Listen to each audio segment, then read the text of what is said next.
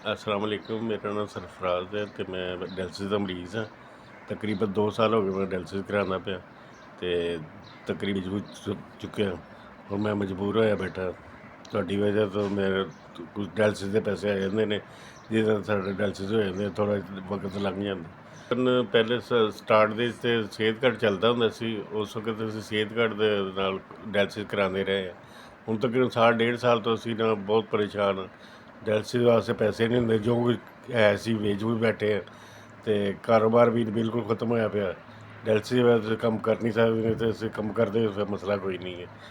ਤਕਰੀਬਨ 2 ਦਫਾ ਮੇਰੇ ਪਰਸੂਲਾ ਲੱਗਾ ਹੈ ਬਾਜ਼ੂ 'ਤੇ ਅਤੇ ਹਫ਼ਤੇ 2 ਦਫਾ ਮੇਰੇ ਡਾਇਲਿਸਿਸ ਹੁੰਦੇ ਨੇ। ਹਰ ਡਾਇਲਿਸਿਸ 5000 ਰੁਪਏ ਲੈਂਦੇ ਨੇ। ਹੁਣ ਹਫ਼ਤੇ ਦਾ 10,000 ਅਸੀਂ ਕਿੱਥੋਂ ਕੱਢੀਏ? ਅਸੀਂ ਬਹੁਤ ਮਜਬੂਰ ਹੋਏ ਬੈਠੇ। 10,000 ਰੁਪਏ ਮੈਨੂੰ ਡਾਇਲਿਸਿਸ ਵਾਸਤੇ ਮਿਲ ਗਿਆ। ਤੁਹਾਡਾ ਬਹੁਤ ਬਹੁਤ ਸ਼ੁਕਰੀਆ। ਤੁਹਾਡਾ ਬਹੁਤ ਸ਼ੁਕਰੀਆ, ਤੁਸੀਂ ਸਾਡੀ ਰਿਕੁਐਸਟ ਤੁਹਾਨੂੰ ਇਸ ਤਰ੍ਹਾਂ ਕੀਤੀ ਹੈ, ਤੁਸੀਂ ਸਾਡੀ ਰਿਕੁਐਸਟ ਸੁਣੀ ਹੈ ਅਤੇ ਜਿਹਦੇ ਨਾਲ ਅਸੀਂ ਕਮ ਹੁਣ ਹਫ਼ਤਾ ਤਾਂ ਗੁਜ਼ਾਰ ਸਕਦੇ ਹਾਂ ਡਾਇਲਿਸਿਸ ਨਾਲ। ਮਿਹਰਬਾਨੀ ਤੁਹਾਡੀ।